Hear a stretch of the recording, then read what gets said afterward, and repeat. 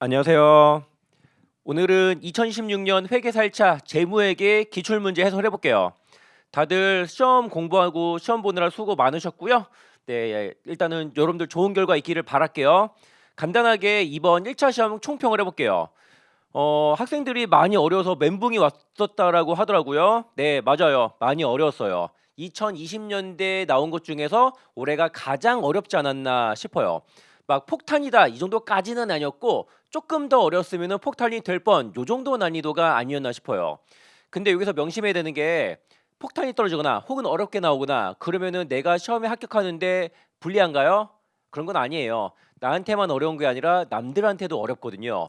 일 때 정신 똑바로 차리고 어려운 문제는 빠르게 커트하고 내가 풀 수 있는 문제 최대한 많이 풀고 이렇게 해서 내가 최대한 뽑아 먹을 수 있는 점수 뽑아 먹으면은 경쟁자들이 20점 정도 평소보다 안 나올 때 나는 10점 정도 떨어진다. 그러면은 압도적으로 유리한 위치를 점할 수가 있을 거예요. 총평은 간단하게 이 정도 하도록 하고요. 우리 1번 문제부터 같이 풀어볼게요. 다음은 재무 보고를 위한 개념 체계 중 유용한 재무 정보의 질적 특성에 대한 설명이다. 옳지 않은 것을 골라보래요. 여기서 옳지 않은 게 3번 다, 마 이렇게 있네. 요 다랑 마가 어떻게 틀렸나 볼게요. 다. 보강적 질적 특성을 적용하는 것은 어떤 규정된 순서를 따르지 않는 비반복적인 과정이다. 비반복적인 과정인가요? 아니라 반복적인 과정이잖아요. 저는 요거 규정된 순서를 따르지 않는을 따르는 이렇게 해서 틀린 질문을 내지 않을까라고 예상했는데 반복적인 앞에다가 비 요걸 넣어서 틀린 질문 만들었다. 그 다음에 말을 볼게요. 표현 충실성을 달성하기 위해서는 서술은 완전하고 중립적이며 오류가 없어야 할 것인데까지는 맞아요. 근데 이 오류가 없다는 것은 결과에 완벽하게 오류가 없다 이런 말인가? 아니에요. 결과가 아닌 절차상 오류가 없다 이거잖아요. 그래서 모든 면에서 완벽하게 적은 것을 의미한다는 아니에요. 이렇게 두 개가 틀렸네요. 여기까지만 보면은 올해 무난하게 나오겠다 생각이 들었을 것 같은데 네, 문제 2번. 요거 잘못 걸려들면은 문제 2번도 시간 많이 털리는 문제였다. 문제 2번 볼게요. 유통업을 영위하고 있는 주 대안의 2000X년 재고자산 관련된 내용이다. 주 대안의 2000X년도 재무제표에 미치는 영향에 대한 다음 설명 중 옳은 것은 일단 봐요. 이렇게 옳은 것은 물어봤지. 이렇게 여기까지만 보면은 아주 일반적인 재고자산 예제 수준이다. 근데 보기를 볼까?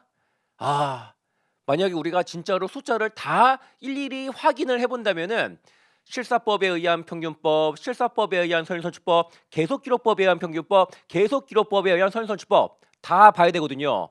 근데 그거 볼 시간 있어요, 없어요? 없지. 근데 옳은 것은 물어봤고 1번부터 5번까지 하나하나 다 따져봐야 되는 거잖아요. 정답 초반에 있을까 없을까? 초반에 있을 확률 없고요. 4번이나 5번이 정답일 거예요. 나는 5번 찍을 거예요. 이렇게 5번 찍으니까 정답이었네. 네, 이렇게 풀고 넘어가는 것이 가장 최선이었다. 그리고 요거 숫자 계산 안 하고도 푸는 요령을 보여드릴게요. 지금 이번 문제 특징이 뭐냐면은 매입 단가가 어때요? 100원, 120원, 150원. 서서히 물가가 상승하는 중이다. 그 다음에 기초 재고 수량이 100개고요. 기말이 250이에요. 어때요? 재고 청산이 있다 없다? 없다. 기초 대비 기말 수량이 점점 증가하고요. 그 다음에 물가도 상승하는 아주 일반적인 경우예요. 요거 우리 중급회계 기본 시간에 한번 정리했었잖아요. 요거 한번 해보자. 먼저 선입선출법. 일단은 기말 재고 자산부터 한번 비교해 볼게요. 선입선출법. 그냥 한글로 쓰자. 선입선출법. 반대쪽에 후입선출법. 그 다음에 중간에 평균법이 있는데 딱 중간에 총평균법이 있다 라고 보시면 되고 딱 중간에서 조금 왼쪽으로 추어친데 이동평균법이 있다 이렇게 보시면 된다. 지금은 물가가 지속적으로 상승하고요. 재고청산이 없잖아요. 기말주고 누가 제일 커요? 선입선출법이 가장 클 것이다. 부호가 이렇게 돼요. 그 다음에 매출원가 볼게요. 매출원가 어때요? 요거랑 부호가 반대가 되겠다. 그 다음에 이번 문제 당기손익도 물어보거든요. 당기손익은 매출원가랑 또 부호가 반대로 되겠다. 그 다음에 또 하나 기억해야 되는 거. 선의선출법을 정하는 경우는 실사법이랑 계속기록법이랑 결과가 어때요? 똑같잖아요. 네, 요거 알고 있으면 숫자 안 구하고도 풀 수 있었다. 우리 1번부터 확인해 볼게요. 재고자산의 단위원가를 결정하기 위하여 선의선출법을 적용하는 경우 계속기록법에 비하여 실질재고조사법에 따라 장부를 기록한 것이 매출원가가 2,950원만큼 크나요? 아니에요. 똑같을 거예요. 그 다음에 2번. 재고자산의 단위원가를 결정하기 위하여 선의선출법을 정한 경우 계속기록법에 비하여 실질재고조사법에 따라 장부를 기록하는 것이 어때요? 선의선출법인데 계속기록법이랑 실사법을 비교했네. 기말재고든 매출원가든 당기손익이든 똑같을 거잖아요. 뭐 4,250원만큼 작다? 그럴 리가 없지. 분명히 똑같을 거예요. 그 다음에 세 번째. 실질재고조사법에 따라 장부를 기록하는 경우 실사법. 재고원 자산의 단위원가를 결정하는데 가중평균법에 비하여 선의선출법을 정한 것이 재고자산이 4,250원만큼 작나요? 아니지. 선의선출법을 정한 경우 어때요? 평균법보다 기말재고는 더 크게 나타나겠다. 근데 요 4,250원은 모르겠는데 작다를 보고 잘못되었구나 라고 할 수 있다. 혹시라도 여기 크다라고 나왔으면은 진짜 이거 4,250원이 맞는지 확인을 해봐야 되는 건데 여기 일단 작다 크다 여기서 일단은 틀렸으니까 확인을 굳이 안 해봐도 되겠다. 그 다음에 4번 볼게요. 4번 계속기록법에 따라 장부를 기록한 경우 재고자산의 단위원가를 결정하는데 가중평균법이랑 선의선출법을 비교했는데 매출원가 선의선출법이 2,950원만큼 작대요. 어때요? 지금 계속기록법이고요. 가중평균법에 비해 선의선출법이 어디 갔냐? 매출원가가 2,500원만큼 크다가 아니라 뭐라 그래야 돼요? 요거는 작다라고 해야지. 자, 여기 매출원가 같은 경우는 나도 헷갈리네. 자꾸 보니까 선의선출법이 여기 평균법보다 매출원가가 작다. 그 다음에 5번. 나머지는 부호가 다 틀렸고 5번은 금액이 맞는지 아닌지는 좀 확인해 봐야 되는데 얘만 부호가 맞거든요. 부호 진짜 맞는지 확인해 보고 넘어갈게요. 색깔을 빨간색으로 하자. 5번은 계속기록법이고요. 가중평균법에 비하여 선의선출법 정하는 것이 당기순이익이 2,590원만큼 크다. 선의선출법의 당기순이익이 2,590원만큼 크대요. 평균법보다 선출법의 당기순이익이 크네? 맞네. 2,950원만큼인지 확인해 봐야 되는데 아마 맞을 거예요. 부호가 얘만 맞았으니까 정답은 5번이겠다. 그래서 이거 실제로 하나하나 다 확인해 봤으면 완전 노답이고요. 제가 첫 번째로 말한 대로 옳은 것은 하나하나 다 들어가네 5번이겠지 하고 넘어가는 게 가장 상책이었고 아니면은 이렇게 푸는 것도 괜찮겠다. 근데 실제로 다 풀어봤으면은 그거는 한 5분 정도는 좋게 걸렸을 것 같거든요. 풀어도 오히려 손해를 보는 것이 아닌가 생각이 들어요. 그 다음에 문제 3번 볼게요. 문제 3번 재고자산 문제인데 요거는 재고자산 수량 파악하는 게 조금 까다로웠던 것 같아요. 볼게요. 유통업을 영위하고 있는 주 대안은 재고자산에 대해 계속기록법과 선입선출법을 적용하고 있으며 기말에는 재고실사를 실시하고 있다. 병행법을 하고 있구나. 그럼 감모수량이 몇 개인지 나올 거예요. 먼저 기초재고자산은 100개인데 단위당 원가 200원이고 평가충당금이 2,000원이래요. 일단 여기까지 한번 정리를 해보도록 할게요. 기초재고자산은 100개가 있었는데 요 녀석의 단위당 원가는 200원, 그래서 2만 원이요. 그리고 기초에 평가충당금이 있는데 미리 넣으면 헷갈리니까 평가충당금은 무시하도록 할게요. 무시하는 게 아니라 나중에 넣도록 할게요. 그 다음에 매입한 거 볼게요. 여기 자료를 보니까 3월 1일 날 500개를 240원씩에 매입했고요. 그 다음에 저 밑을 보니까 12월 1일에도 200개를 300원씩에 매입 계약을 맺은 게 있거든요. 근데 요거는 여기 도착지 인도 조건으로 매입 계약을 맺었는데 X년 말까지 운송 중인 상태잖아요. 이거 우리 회사가 매입한 거 맞아요, 아니에요? 아니에요. 얘는 필요한 자료다, 필요 없는 자료다, 아예 필요 없는 페이크 자료였다. 그래서 요 녀석은 없는 셈 치면 되는 거다. 또 매입한 거는 여기 3월 1일 날 매입한 거 500개 요거밖에 없네요.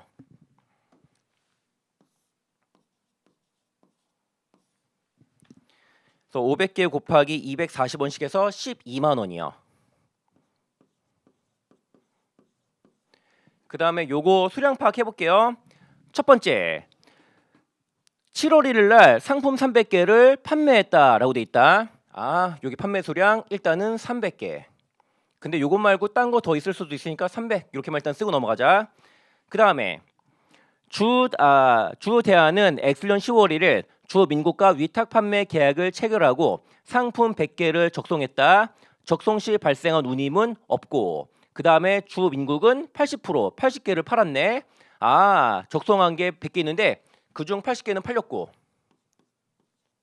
자 판매 300개는 직접 판매한 거고 80개는 위탁 판매한 거고 그 다음에 20개는 어때요? 기말에 남아있겠다. 20개. 그래서 기말에 창고에 있는 거 몇 개 있을 거고요. 플러스 적성품 안 풀린 거 20개도 나의 기말 재고다 이 뜻이에요. 그 다음에 밑에 보니까 주 대한은 X년 11월 1일 일정 기간 상품을 사용한 후 구매 여부를 결정한 조건으로 시용 판매네. 주 만세에게 상품 50개를 발송했는데 기말까지 매입 의사를 표시하지 않았어요. 이거 팔린 거야 안 팔린 거예요? 안 팔린 거예요. 만약에 매입 의사를 표시했으면 였다가 플러스 50 하면 되는 건데 매입 의사 표시 안 했거든요. 기말 재고 자산에 플러스 50개 해야겠다. 그 다음에 또 보니까 위에 있는 거 깜빡했구나. 창고 실사 수량이 80개래요.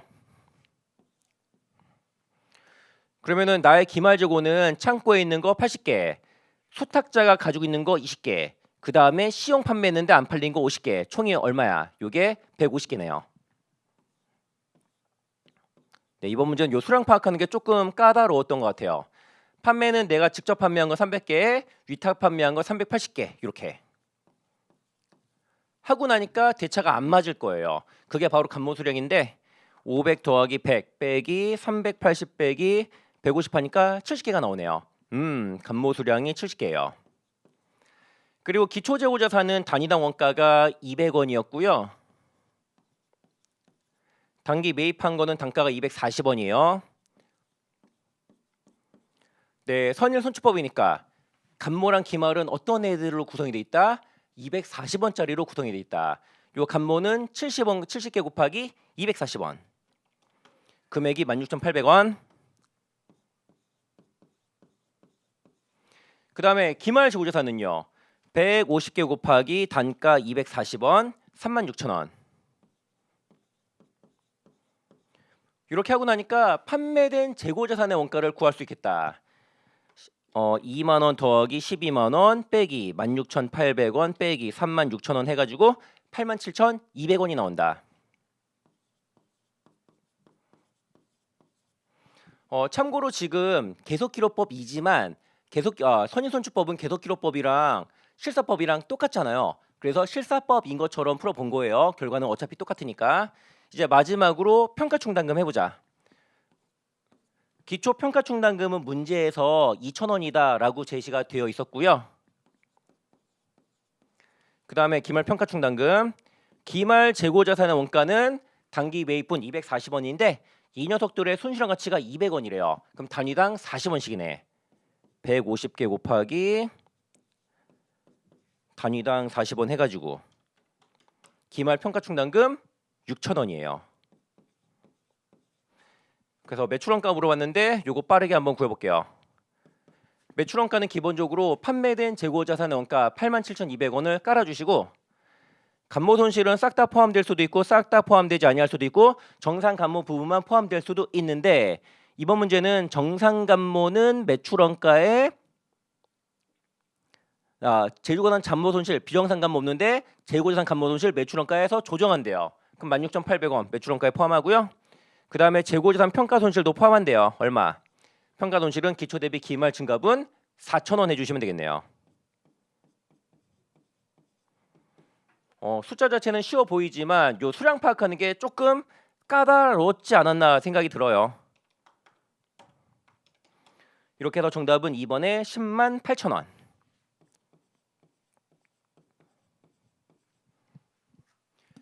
그 다음에 이어서 문제 4번을 보도록 할게요. 차입원가 자본화 문제인데 차입원가 자본화는 가장 먼저 뭐부터 확인해야 돼요? 네, 첫 해 거 물어보는가 두 번째 거 물어보는가. 이것도 맨 마지막을 보니까 두 번째에 차입원가 자본화가 얼마인가라고 물어봤네요. 그리고 두 번째 차입원가 자본화 물어봤는데 여기서 가장 중요한 변수가 뭐예요? 2000X2년 연평균 지출액 구할 때 작년 차입원가 자본화를 포함할 것인가 말 것인가. 그리고 포함하더라도 작년 차입원가 자본화는 몇 원이라고 치자 이렇게 제시될 수도 있거든요. 그걸 확인해 봐야 된다. 보니까 단 자본화한 차입원가, 즉 작년에 이미 자본화한 차입원가, 이거는 연평균 지출액 계산 시 포함하지 않는다라는 걸 확인했네. 이거 나름 빨리 풀 수 있는 문제일 것 같네. 자료 한번 정리해 볼게요. 먼저 2000X년과 X년에 지출한 내역들이 있는데 요거 보자. X년 3월 1일 30만 원의 정부 보조금을 받은 게 있대요. 그럼 요거는 120만 원이야 아니라 얼마? 내가 낸 돈 90만 원만 해야겠다. 요거 90만 원으로 바꿔주시고, 그래서 보조금 차감하니까 작년에 지출한 금액은 300만 원 이렇게 있네. 그리고 특정 차입금과 일반 차입금이 두 개 있는데 요거 볼게요. 특정 차입금 중 일부를요 일시 투자했대요. 근데 이거는 필요한 자료인가 알고 보니까 불필요한 자료인가? 불필요해요. 왜? 만약에 2000X년 차입원가 자본화 물어봤으면은 요거 발라내는 작업을 해야 되지만 지금 X2년 자본화 차입원가 물어봤잖아요. 요거는 불필요한 자료였다. 그 다음 코트 보자. 주 대안은 X년 6월 1일부터 X년 6월 30일까지 신축 공사를 일시적으로 중단하였는데 해당 중단 기간에도 상당한 기술 및 관리 활동이 진행되고 있었던 것으로 확인하였다. 일시적으로 공사를 중단했네. 이거 자본화 기간 중단되는 거 맞아요 아니에요? 아니에요. 왜? 상당한 기술 및 관리 활동이 진행되고 있었거든요. 알고 보니까 이것도 불필요한 자료였다. 네, 이거 쳐내니까 참 쉬워진다. 그럼 X2년 자본화 차입원가 연평균 지출액부터 계산해 볼게요. 먼저 1월 1일부터 지출하였다라고 보는 금액은 작년에 투입한 금액 총액 보조금 받은 거 빼고 이게 300만 원이었어요. 여기에 플러스 작년 자본화 차입원가는 포함하지 아니한다라고 했고, 그럼 1월 1일 300만 원 가지고 시작할게요. 그리고 X2년 1월 1일 시작하자마자 투입한 금액이 90만 원. 그 다음에 4월 1일 120만 원.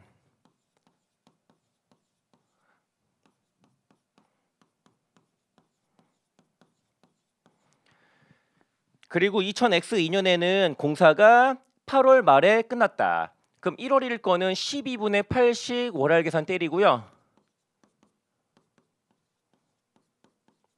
그 다음에 4월 1일은 4, 5, 6, 7, 8 다섯 달이네요. 12분의 5 200만 원, 60만 원,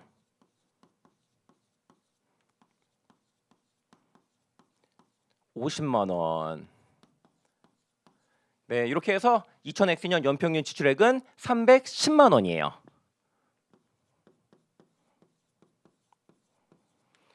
이 중 특정 차입금으로 지출한 금액을 구해 볼게요. 먼저 특정 차입금 금액 자체는 120만 원이고 곱하기 12분의 자본화 기간과 특정 차입금의 차입 기간이 겹치는 거 넣어야 돼요.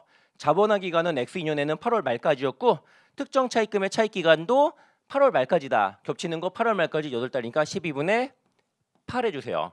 그럼 전체 지출액 중에 특정 차입금을 통해 지출한 거는 80만 원. 여기다가 곱하기 특정 차입금 이자율 5% 하니까 특정 차입금 관련하여 자본화 차입원가는 4만 원이에요.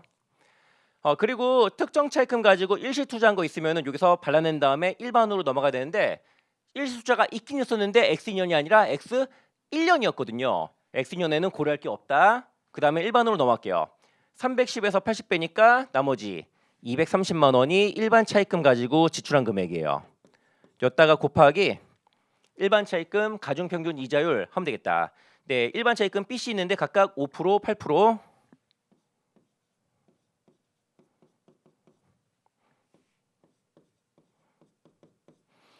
그 다음에 차익 금액 자체는 240만 원에 200만 원.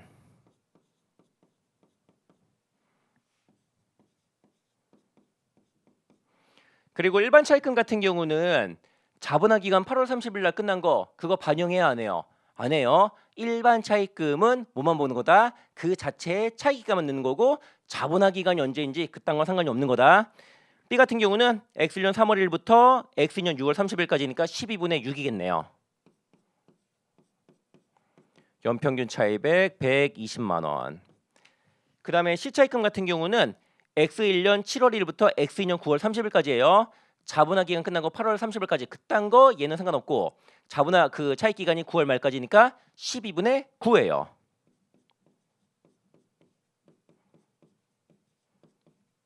(150만 원). 가중 평균해야 되는데 숫자가 깔끔하지 않네. 요거는 계산기 두들겨 봐야겠다. 해볼게요.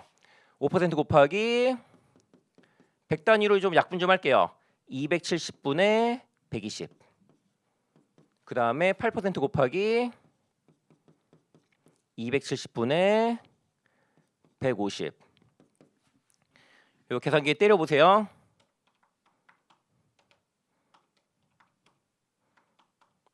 네, 6.6666 나오는데 출제자가 소수점 셋째 자리에서 반올림 시켰거든요. 그럼 6.67로 반올림하면 되겠다. 그럼 여기다가 6.67에서 마무리해 주세요. 그래서 230만 원 곱하기 6.67 하니까 15만 3,410원. 그리고 마지막으로 요거 한도 금액이 걸릴 수 있잖아요. 일반 차입금에서 실제 발생한 이자 비용을 한도로 하는데 한도 금액 걸려요 안 걸려요? 딱 봐도 안 걸리잖아요.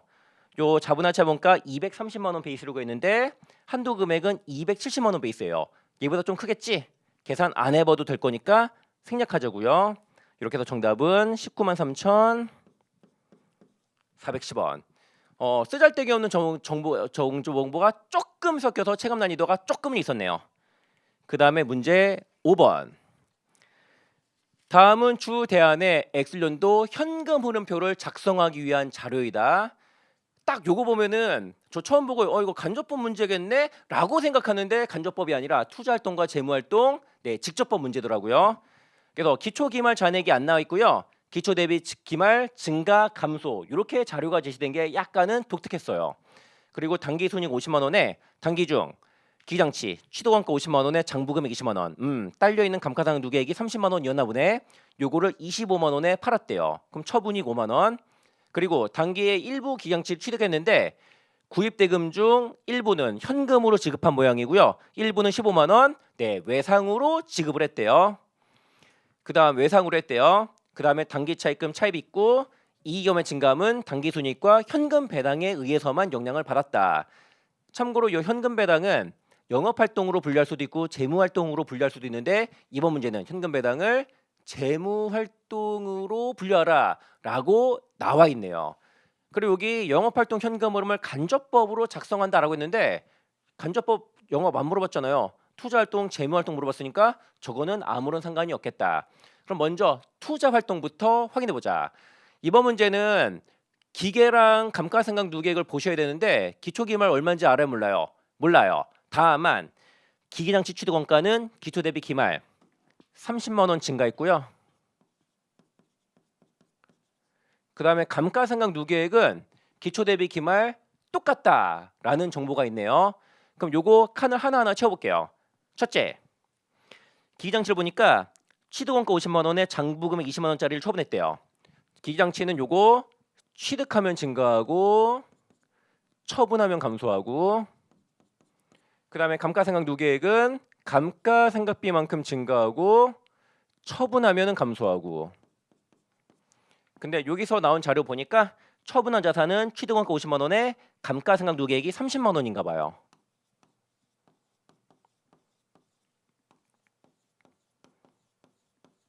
또 처분한 기계 장부금액이 20만 원이고요.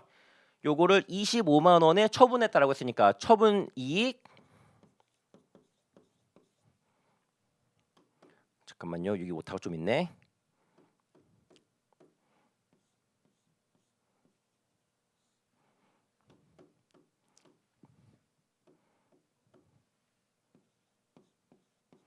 5만 원이 발생했다.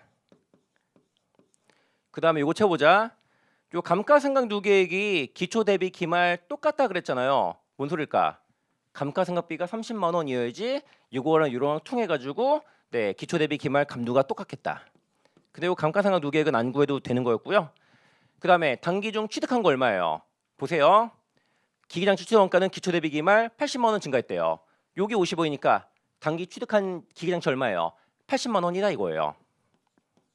근데 주의할 거 요 80만 원을 싹 다 현금 주고 산 게 아니라 이 중 15만 원만큼은 내년에 지급할 예정이잖아요. 그래서 현금 취득이 65만 원에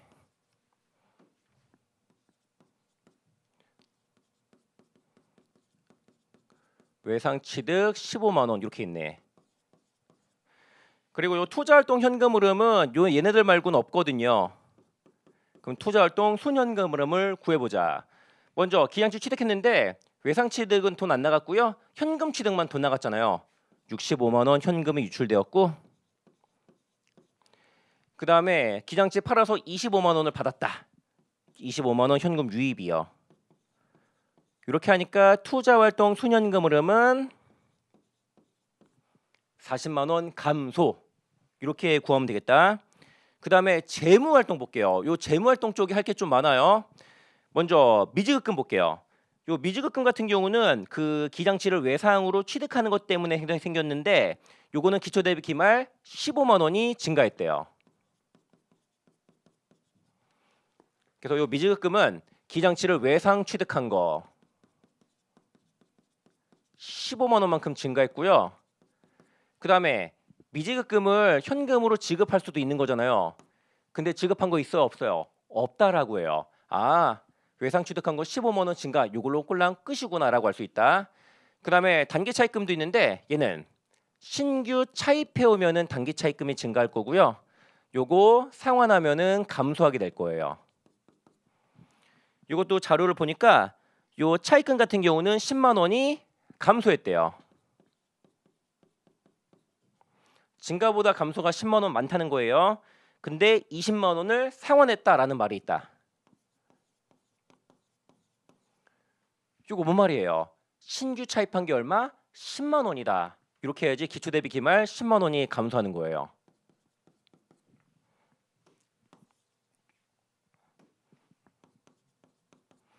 그 다음에 이익잉여금 볼게요. 요 이익잉여금은 34만 원이 증가했대요. 먼저 이익잉여금은 당기순이익만큼 증가하는데 문제에서 당기순이익이 50만 원이다라고 제시가 돼 있고 그리고 또 뭐라고 돼 있었냐면은 요 이익잉여금은 당기순이익과 현금 배당 의해서만 네 변동한다라고 했거든요. 아 여기 현금 배당 있겠다. 현금 배당 얼마여야 해요? 당기순이익이 50만 원인데 기초 대비 기말 이익잉여금이 34만 원 증가하려면은 현금 배당은 16만 원이어야만 하는 거잖아요. 이렇게 그러면은 우리 재무활동 현금 흐름에 들어가는 거 해보자. 여기 미지급금 지급한 거 어디 들어가요? 요거 재무활동에 들어가는 거예요. 재무활동. 근데 빵이다. 그 다음에 차입금 차입한 거 10만 원, 상환한 거 20만 원.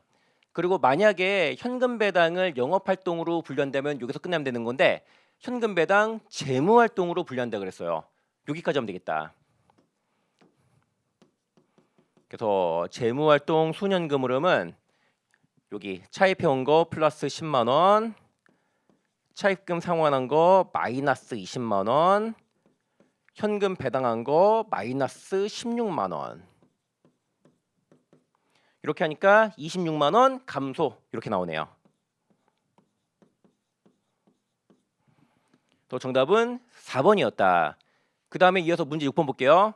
현금 흐름표 말문제인데 되게 쉽게 나왔어요. 볼게요. 1번. 여기 1번이 틀렸는데 확인해 볼게요.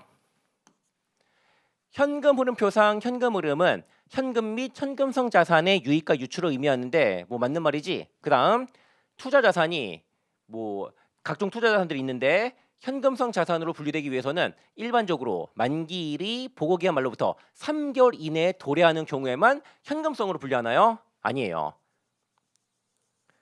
보고기간 말로부터 3개월 이내가 아니라 언제? 취득일부터잖아요.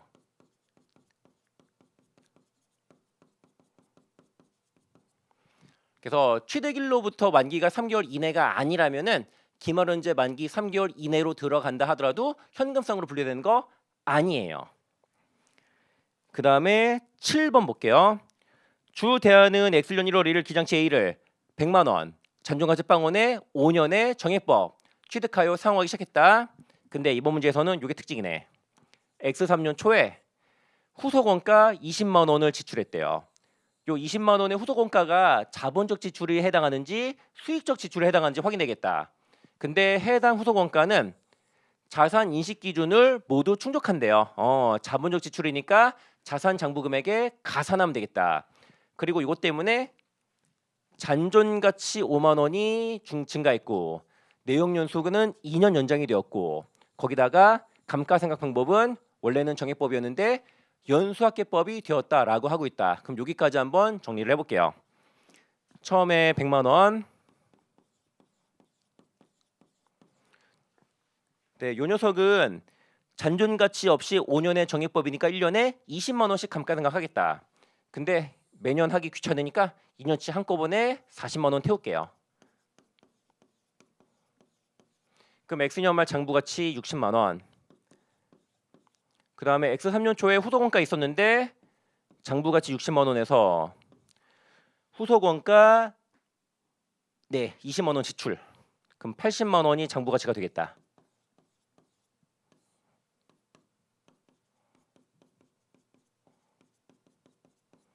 그 다음에 감가상각을 해주시면 될 거예요. 근데 감가상각 할 때 회계 추정의 변경이 있는 거 요거 좀 확인해 봐야겠다. 원래는 정액법에 전체 5년 중에 2년 지나서 잔존 3년이었고 잔존 가치는 빵원이었다. 근데 상각 방법을 연수학계법으로 변경하였고요. 내용 연수가 2년 연장되었대요. 그럼 잔존 3년이 잔존 5년이 되었고요. 그 다음에 잔존 가치는 5만 원 되었대요. 요걸 고려해서 감가상각비를 구해면 되겠다. 80만 원 빼기 잔존가치 5만 원 그리고 5년의 연수학계법이니까 1, 2, 3, 4, 5 다 더보이세요. 15 그리고 연수학계법에 5년짜리 첫 해니까 첫 해인 12분의 15분의 5 해주시면 되겠다. 요 감가상각비 계산해 보시면은 75만 원 곱하기 5 나누기 15 해서 25만 원 나오네요. 그래서 감가상각비는 25만 원이에요. 근데 이번 문제 감가상각비 물어본 건가요? 아니에요. 보니까 X3년 당기순이익에 미친 영향 물어봤어요. 근데 이 문제 감가상각비 말고 당기순이익에 영향 미치는 거 있어요? 없어요? 없잖아요. 그래서 25만 원 당기순이익 감소하면 되겠다. 만약에 여기 후속 원가 중에서 일부가 수익적 지출이다 그러면은 이런 것까지 고려해서 당기순이익을 구해야 되는데 이번 문제는 감가상각비 이외에는요. 당기순이익에 해당하는 게 없으니까 감가상각비만 딱 구하고 끝내면 되는 거였어요. 그 다음에 문제 8번 볼게요. 주 대안의 회계 담당자는 X년도 장부를 마감하기 전 이러한 오류들을 발견했다. 또 오류가 두 건 있는데 물어보는 게 2000X2년 전기 2월 이익과 당기 순이익에 미친 영향 각각 얼마인가 물어봤다. 요 두 건에 대해서 오류 수정 분계를 하면은 끝나겠다. 첫 번째 재고자산 관련된 오류가 있는데 잘 보세요. X2년 거 물어봤다. X2년 말 재고자산 뭐 틀렸다 이런 얘기 있어요 없어요? 없지. 여기다 정리하자. X2년 말 재고자산 적정. 이거 틀려야지 편한데. 그 다음에 X1년 초는 곧 X1년 말이 곧 X2년 초예요. 그게 10만 원 과소계상.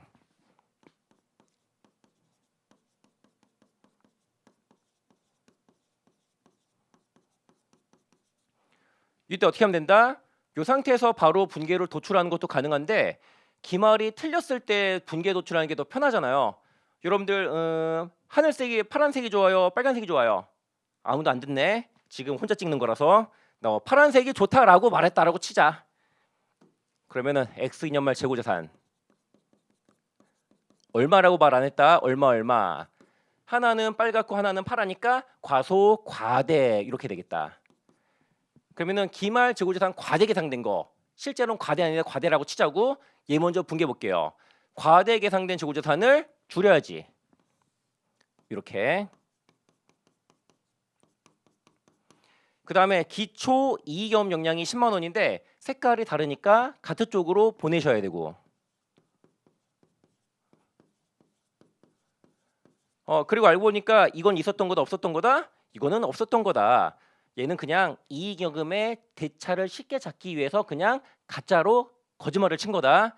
그 다음에 대차하는 거 어떻게 하면 돼요? 네, 당기손익에 밀어 넣어 주시면 돼요. 근데 재고자산과 관련된 당기손익이 뭐예요? 네, 매출원가예요. 차변의 매출원가 10만 원 이러면 되겠다.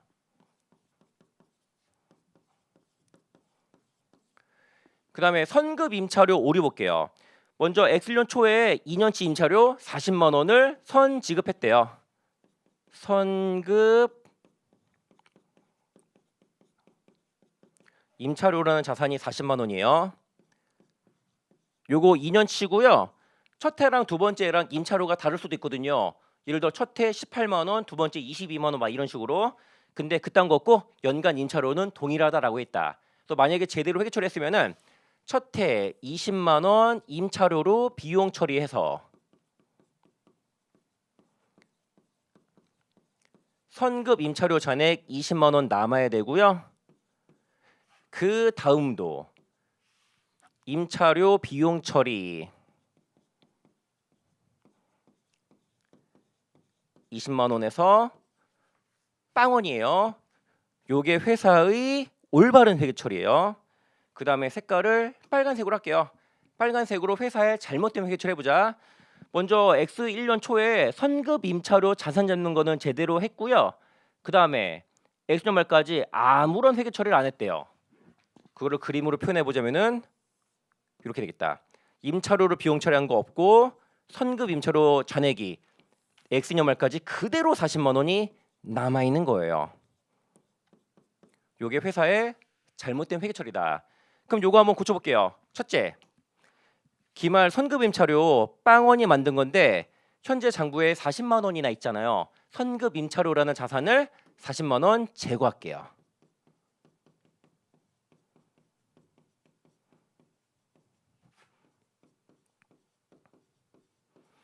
그리고 잘못된 재무제표에는 X년에 아무런 손익이 없거든요. 근데 제대로 회계 처리했으면은 2만 원의 임차료를 비용 처리를 했어야 되는 거예요. 그럼 20만 원 임차료 비용으로 인식하자. 요 임차료는 비용이다. 그 다음에 대차가 20만 원 안 맞는 거 뭐예요? 요거 기초 이익 잉여금 역량이에요. 이렇게 해서 수존분계 둘 다 도출을 했다. 먼저 첫 번째로 전기 2월 이익 잉여금에 미친 영향 물어봤어요. 재고자산을 1번, 선급 임차료를 2번이라고 하자. 1번 오류는 10만 원 증가. 2번 오류는 20만 원 감소. 이렇게 해서 전기 2월 이익금에 미친 영향은 10만 원 감소예요. 그 다음에 당기순이익에 미친 영향도 확인해 보자. 먼저 첫 번째 당기순이익에 마이너스 10만 원. 그 다음에 두 번째 오류는 당기순이익에 마이너스 20만 원. 임차료 20만 원 적어. 이렇게 하시면은 당기순이익 영향은 30만 원 감소 이렇게 나왔네요. 정답은 그래서 1번이에요. 그 다음에 문제 9번을 보자. 자, 금융상품과 관련된 말문제인데 1번부터 5번까지 어려운 지문들이 섞여 있는데 은근 쉬운 데서 답이 나왔거든요. 우리 5번이 틀렸는데 요거 한번 확인해 보자. 기업이 자기 지분 상품, 자기 주식 같은 거 말하는 거잖아요. 취득하는 경우에는 이런 지분 상품은 자본에서 차감한다. 맞지? 자기 주식은 자산이 아니라 자본의 차감으로 표시되잖아요. 근데 자기 지분 상품을 매입, 매도, 발행, 속하는 경우 손익은 당기 손익으로 반영하나요? 아니에요. 뭐 감자 차익, 감자 차손이라든지 자기 주식, 자기 주식 처분 손실이라든지 이런 거는요. 자본에 직접 반영하는 거잖아요. 요게 틀렸다. 그 다음에 문제 10번 볼게요. 주 대한은 주민국이 다음 조건으로 발행한 사채를 X1년 1월 1일 액면가액으로 현금 취득. 금융자산 취득했는데 액면가액으로 취득했네. 액면이자율과 유효이자율이 똑같나 봐요. 이러면 재미없는데. 근데 이거를 FVOCI 금융자산으로 분류했대요. 보니까 액면 100만 원에 만기 3년이고 표시절 10%에 유효이자율도 10%예요. 그래서 액면가액이구나라는 걸 알 수 있다. 그러다가 2000X1년 7월 1일 사업 모형을 변경했대요. 근데 요날 바로 사업 모형 변경, 즉 금융자산 분류 변경 회계 처리를 바로 하는 건가? 아니에요. 언제예요? 올해 말까지는 FVOCI로 하던 대로 하고 FVPL로 바꿨네. 내년 초에 바꾸면 되는 거예요. 그래서 결론적으로 X1년 7월 1일 공정가치가 95만 원이다. 이거 필요한 자료예요? 불필요한 자료예요? 불필요한 자료예요. 왜? 이날 회계 처리할 거 없으니까. 그래서 올해 말에 공정가치 평가하고 내년 초에 바꾸면 되겠다. 그래서 물어보는 게 X1년도 및 X2년도 포괄손익계산서상 당기순이익과 X1년 말 및 X년 말 재무상태표상 자본에 표시하는 요 기본을 말하는 거지. FVOCI 평가액에 미친 영향은 각각 얼마인가 물어봤다. 근데 여기 조심할 거 기타 포괄손익 영향을 물어본 게 아니라 FVOCI 금융자산 평가액 즉 기본후에 미친 영향 물어봤다.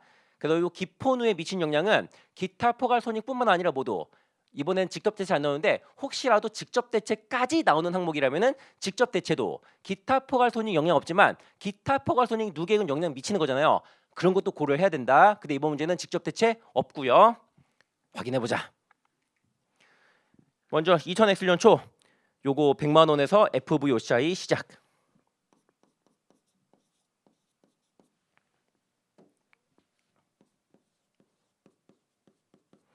근데 요 녀석 1년 동안에 얼마? 유효이자율 10%만큼 증가해요. 그래서 유효이자율법에 의한 이자 수익이 10만 원이고요. 여기서 10만 원 빠지자. 그럼 도로 100만 원. 그리고 FVOCI니까 공정가치 평가를 해야겠다. 여기 자료에 X년 말 공정가치가 98만 원이래요. 만약에 좀 더 어렵게 나와서 신용위험까지 고려해야 된다면은 전체 감소분 2만 원을 손상차손 얼마, 기타 포괄손익 얼마 이렇게 쪼개야 되는 건데 얘는 신용위험에 신자도 안 나왔지? 뭐 신용위험 아무 얘기 없거든요. 그럼 신용위험은 무시하고 싹 다 기타 포괄손익 태우면 되겠다. 또 FVOCI 평가손실, 기타 포괄손실 2만 원 이렇게 되겠네요. 그 다음에 X년 초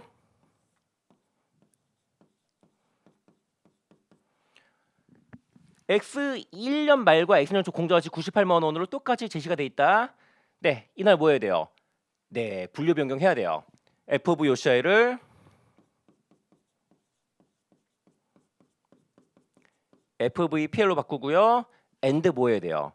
요 FVOCI에 딸려 있는 기본으로요. 재분류 조정을 통해 제거까지 해야 돼요.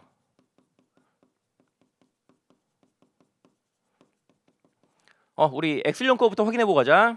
먼저 X1년 당기 손익이 미친 영향은 이자 수익 말고 있어요, 없어요? 없잖아요. 그래서 10만 원 증가.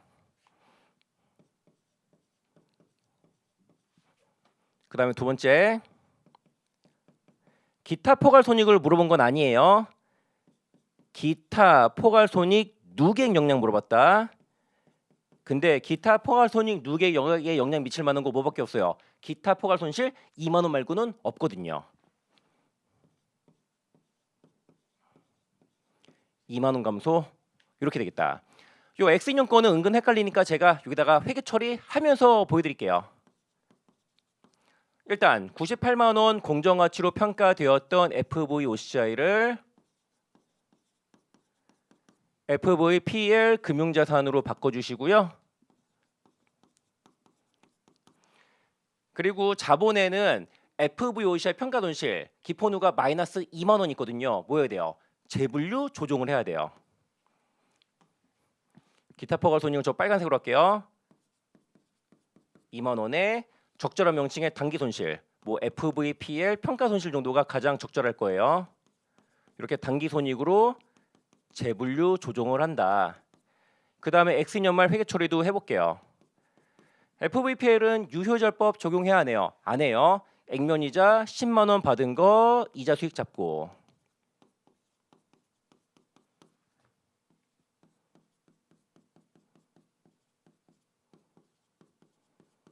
그 다음에 공정가치 평가에서 평가손익을 단기손익까지 보내면 되겠다. X 2년 말 공정가치가 100만 원이래요. 그럼 2만 원 올랐다. FVPL 금융자산 2만 원 늘려주시고요. 2만 원만큼 FVPL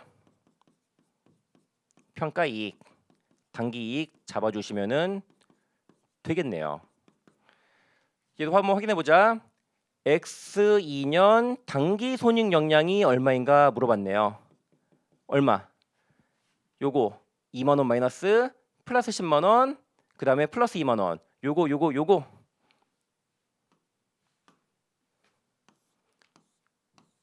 해서 10만 원 증가. 단기 손익 역량은 10만 원 증가. 그 다음에 두 번째 기포누 역량을 물어봤다. 근데 이번 문제는 직접 대체 같은 거 없으니까 기타 포괄손익 역량밖에 없지. 기타 포괄손익 누계에 영향 미칠 만한 거 2만 원 증가 요거 하나 있네요. 그래서 정답은 10만 원 증가 2만 원 감소 10만 원 증가 2만 원 증가 해가지고 정답은 네 4번이었다.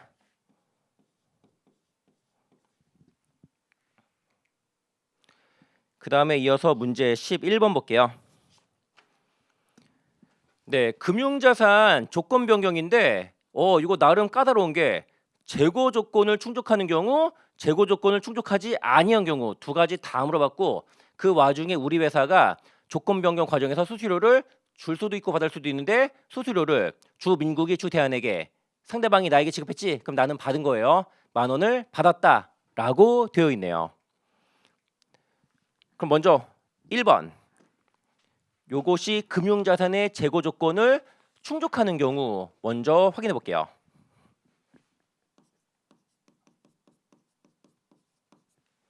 먼저 이해를 돕기 위해서 그림을 좀 그려보자. 먼저 2000X년 초에 금융자산 100만 원, A씨 금융자산 100만 원 시작할게요.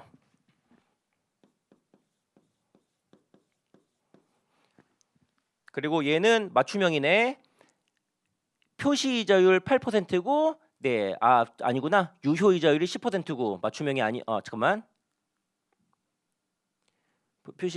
그다음 표시이자율 10%고요. 최초의 유효이자율 10%네. 그럼 1년 동안에 10% 증가.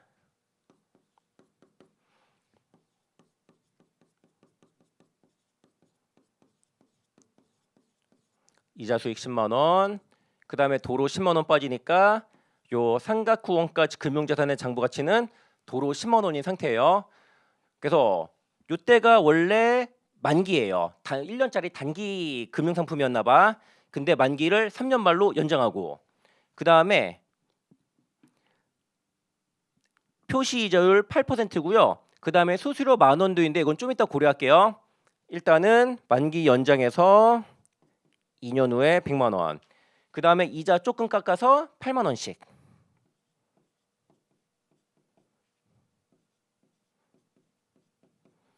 그다음에 재고요건 충족하니까 기존의 금융자산 요 녀석 우리 X년 말 유효이자법 회계 처리까지는 생략하고요. 조건 변경에 관련된 회계 처리만 보여드릴게요. A씨 금융자산 기존 거 100만 원 제거하고요. A씨 금융자산 새로운 거 공정가치로 최초 인식해야겠다. 얼마? 요 미래 현금 흐름을 현행 시장 이자율이 12%거든요. 요 12%로 할인한 현재 가치로 인식을 해야겠다. 계산해 볼게요. 100만 원 곱하기 0.7972 8만 원 곱하기 1.6901 이렇게 하니까 공정 가치가 93만 2,408원이에요.